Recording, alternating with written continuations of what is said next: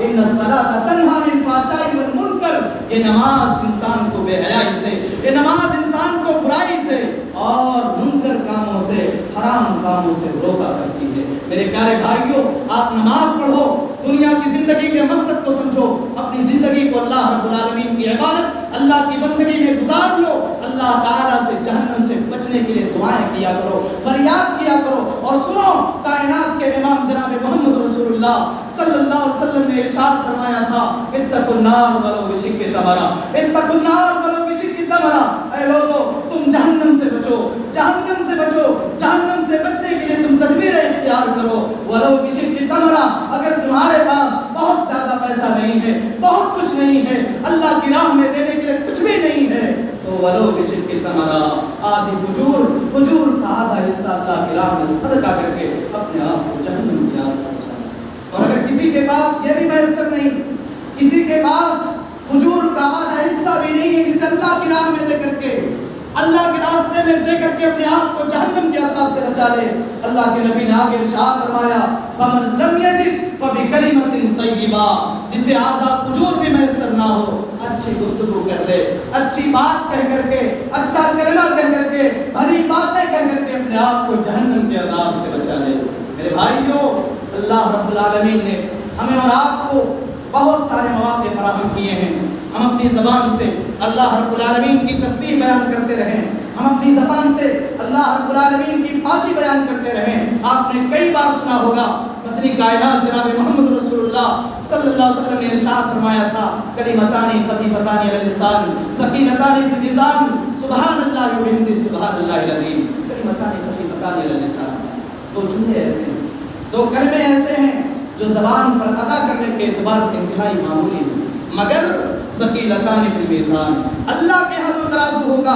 اللہ کے ہاں لوگوں کے اعمال کو ناپنے کا اور لوگوں کے اعمال کے تولنے کا جو آلہ ہوگا، جو سامان ہوگا، جو ترازو ہوگا، ثقیلتان فی المیزان، یہ دونوں کلمے اللہ رب العالمین کی میزان میں بہت وزنی ہوں گے، بہت بھاری ہوں گے۔ کیا ہے وہ؟ سبحان اللہ وبحمدہ سبحان اللہ العظیم، اللہ رب العالمین کی تسبیح بیان کرو، اللہ کی پاکی بیان کرو، اور ساتھ ہی ساتھ قرآن مقدس کی تلاوت کیا کرو۔ میرے پیارے ساتھیوں، آج بہت سارے گھرانوں کا ماحول یہ ہے، کچھ لوگ نماز بھی اگر پڑھتے ہیں مگر ان کے گھروں میں قرآن کی تلاوت نہیں ہوتی، اور وہ گھر، اس گھر کی مائیں اور بہنیں، اس گھر کے ذمہ داران اگر وہ نماز نہیں پڑھتے ہیں اور نہیں پڑھتی ہیں اور ان تک میری آواز پہنچ رہی ہو، ذرا آپ غور سے سن لو، اللہ کے نبی نے ارشاد فرمایا تھا، اقرأوا القرآن فإنه يأتي يوم القيامة شفيعا لأصحابه، تم قرآن کی تلاوت کرتے رہنا، قرآن پڑھتے رہنا، فإنه يأتي يوم القيامة شفيعا لأصحابه، اس لیے قرآن کل قیامت کے دن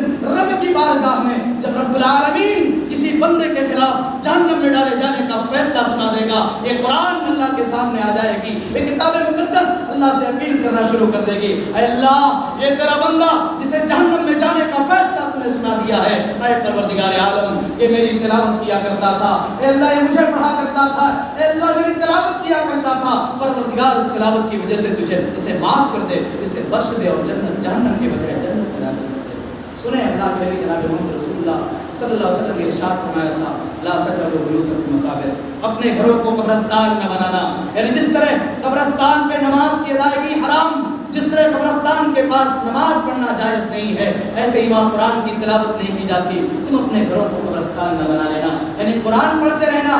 لا تجعلوا بیوتکم مقابر ان الشیطان ینفر من البیت الذی تقرأ فیہ سورۃ البقرہ، شیطان اس گھروں سے، تم گھروں سے بھاگتا ہے، شیطان اس گھر سے راہ فرار اختیار کر لیتا ہے جس گھر میں سورۃ البقرہ کی تلاوت کی جائے۔ آخری حدیث سنا کر کے اپنی بات کو ختم کروں گا۔ اللہ کے نبی جناب محمد رسول اللہ صلی اللہ علیہ وسلم نے ارشاد فرمایا، مثل البیت الذی یذکر اللہ فیہ والبیت الذی لا یذکر اللہ فیہ کمثل الحی والمیت۔ آپ بتائیں، آپ غور کریں، اگر کوئی آدمی مردہ ہو جائے، کسی انسان کے جسم سے روح نکل جائے، وہ آدمی بے فائدہ ہو جاتا ہے، بے سود ہو جاتا ہے، روح کے نکلنے کے بعد فوراً اس کی تدفین کا انتظام کیا جانے لگتا ہے، وقت کا تعین کیا جانے لگتا ہے۔ اللہ کے نبی جناب محمد رسول اللہ نے ارشاد فرمایا، وہ گھر جس گھر میں قرآن کی تلاوت کی جائے، جس گھر میں اللہ کا ذکر و اذکار کیا جائے، جس گھر میں نمازیں پڑھی جائیں، جس گھر میں اللہ کی عبادتیں کی جائیں، وہ گھر زندہ ہے، اور وہ گھر جس میں نہ تو قرآن کی تلاوت ہو، نہ تو اللہ کی عبادت ہو، نہ نماز پڑھی جائے، نہ اللہ کو یاد کیا جائے، وہ گھر مردہ ہے۔ مثل البیت الذی یذکر اللہ فیہ والبیت الذی لا یذکر اللہ فیہ کمثل الحی والمیت۔ اس گھر کی مثال جس میں اللہ کا ذکر کیا جائے اور اس گھر کی مثال جس میں اللہ کا ذکر نہ کیا جائے زندہ اور مردے کی طرح سے ہے۔ میرے بھائیو، آخرت کی زندگی کے لیے تیار ہو جاؤ۔ دنیا کی زندگی کچھ بھی نہیں ہے، آخرت کی زندگی